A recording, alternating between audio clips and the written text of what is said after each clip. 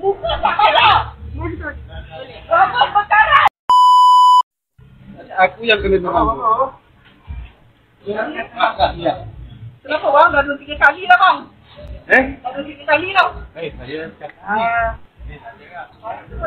Sini tak payah ni. Jangan sampai saya panggil polis Makan tak payah. Bukan sekali tau. Kita memang dah saya luka banyak kali dah bang. Biar dia nak bagi malu je. Islam ni. Sebelum ni saya tak halal tau. Sebelum ni saya tak halal.